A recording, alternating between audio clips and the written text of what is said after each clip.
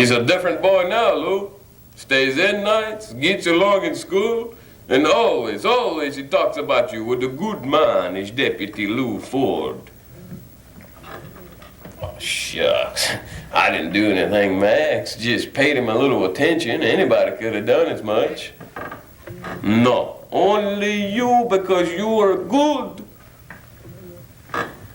Well, Max, the way I see it, a man just doesn't get any more out of life than what he puts into it.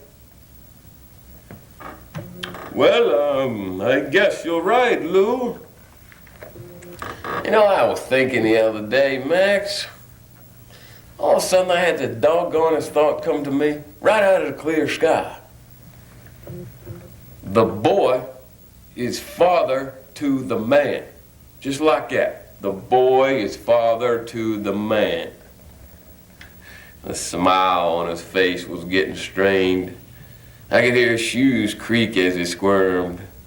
If there's anything worse than a bore, it's a corny bore. But how could you brush off a nice, friendly fellow who'd give you his shirt if you asked for it? You know, I reckon I should have been a college professor or something like that, Max. I mean, even while I'm asleep, I'm working out problems. You take that heat wave we had a couple weeks back. Now, a lot of people think it's the heat that makes it so hot. Mm-mm. It's not like that, Max. It's the humidity. I bet you didn't know that, did you? He mumbled something about having to get back to work, but I pretended like I didn't hear him. And another thing about the weather. Everybody talks about it, but nobody does anything. But maybe it's better that way. I mean, every cloud has a silver lining. At least that's the way I figure it. Lou, you know, if we didn't have rain, we wouldn't have rainbows now, would we? Hey, you better get back to work, Max. Haste makes waste, in my opinion. Now you look before you leap. I was really dragging him in by the feet.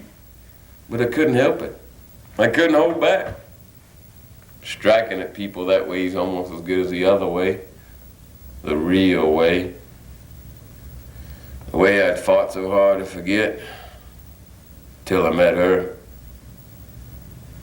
Joyce had brought the sickness back in me. She made me worse. Made me start thinking and wondering. You see, over the years, I was able to distinguish the difference between women and the women. Joyce Lakeland was one of the women. She had it coming. And I wasn't any more cold-blooded than the woman who'd have me in hell to get her own way. I hadn't been afraid of losing control with Joyce. Hell, I never had control, even before I met her. And I knew I wouldn't stop with her. I'd wind up in a cage or the electric chair. But they didn't suspect me. I was the only one that could tell them or show them anything, and I hadn't. But I knew they must have known something when they sent that psychiatrist out to the house. I knew he was a phony right away, though. He said his name was Dr. John Smith.